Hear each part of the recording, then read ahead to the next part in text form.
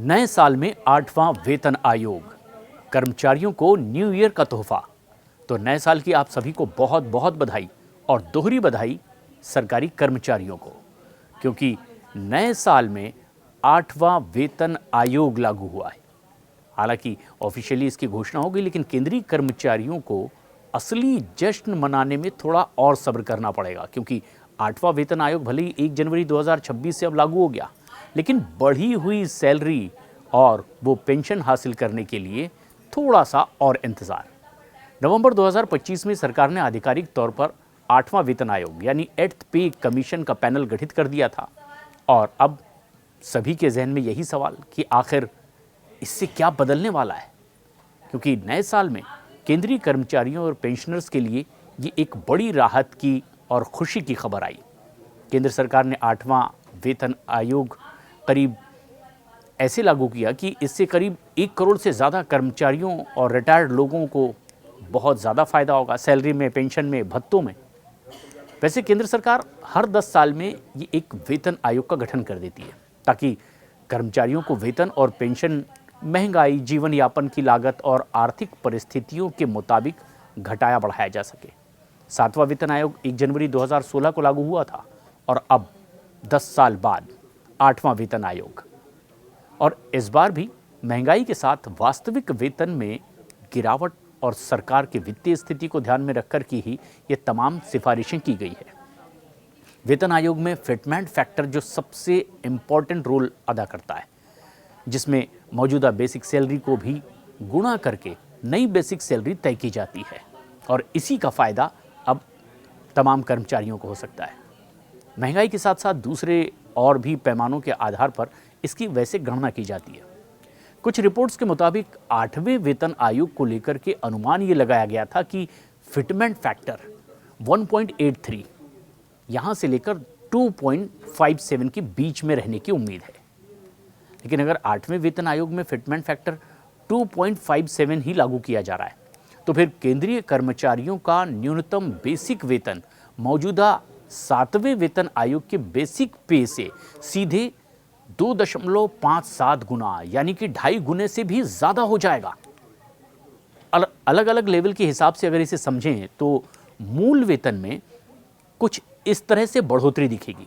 Level 1 में 7वें वेतन आयोग में 18,000 रुपये अगर थी, तो अब 8वें वेतन आयोग में 46,260 रुपये हो जाएगी। लेवल 2 की अगर बात करें तो 7वें वेतन आयोग में 19,900 रुपये अगर ये थी, तो अब 8वें वेतन आयोग में ये 51,143 रुपये हो जाएगी। लेवल 3 की अगर बात करें तो 7वें वेतन आयोग में ये 21,700 रुपये अगर थी, तो 8वें वेतन आयोग में ये 55,769 रुपये हो जाएगी। इसी तरह लेवल 4 की अगर बात करें तो 7वें वेतन आयोग में जो 25,500 रुपये थी, वो अब 8वें वेतन आयोग में 65,535 रुपये हो जाएगी। और अब लेवल 5 में जो 7वें वेतन आयोग में 29,200 रुपये हुआ करती थी, वो अब 8वें वेतन आयोग में 75,044 रुपये हो जाएगी। वैसे राज्य कर्मचारियों में सबसे बड़ा भ्रम इस बात को लेकर होता है जब वेतन आयोग की बात होती है। राज्य सरकार के कर्मचारी 8वें वेतन आयोग के दायरे में अपने आप वैसे नहीं आ जाते। राज्य सरकारें चाहे तो बाद में सिफारिशें लागू कर सकती है, लेकिन ये पूरी तरह से उनका अपना फैसला होता है। पीएसयू, स्वायत्त संस्थान और वैधानिक निकायों के कर्मचारी तभी इस तरह का ये लाभ ले सकते हैं जो नया वित्त आयोग के द्वारा सिफारिश में आता है, जब उनकी संबंधित अथॉरिटी संशोधित वेतन ढांचे को अपने तरीके से फैसला ले लेती है, लागू करती है। सरकार के 8वें केंद्रीय वेतन आयोग का गठन तो वैसे हो गया था और इसे 18 महीने के भीतर रिपोर्ट देने का समय भी दिया गया। संसद को इसकी बाकायदा जानकारी दी जा चुकी है। वित्त मंत्रालय का कहना है कि सिफारिशें मंजूर होने पर फंड की व्यवस्था कर ली जाएगी।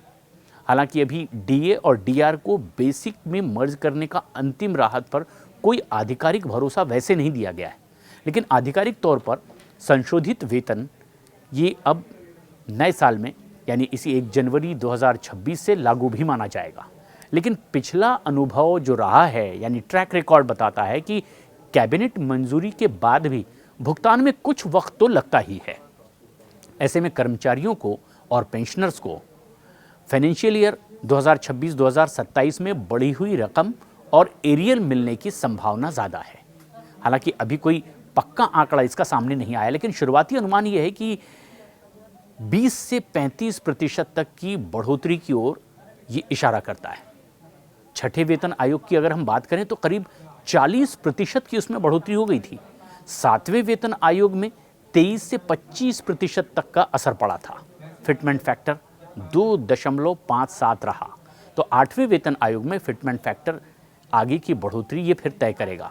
फिलहाल एक ही रास्ता है कि सिफारिशें लागू होंगी, लेकिन फिलहाल केंद्रीय कर्मचारियों को धैर्य रखना होगा। यही सबसे बेहतर रास्ता है और आयोग तय समय में काम भी कर रहा है, जिस तरह का दावा किया गया, और आने वाले बजट में और कैबिनेट फैसलों में ये तस्वीर बिल्कुल साफ हो जाएगी। और इतना तो अब तय है कि 8वां वेतन आयोग अब अफवाह नहीं बल्कि हकीकत है। बस टाइमिंग और असर का इंतजार।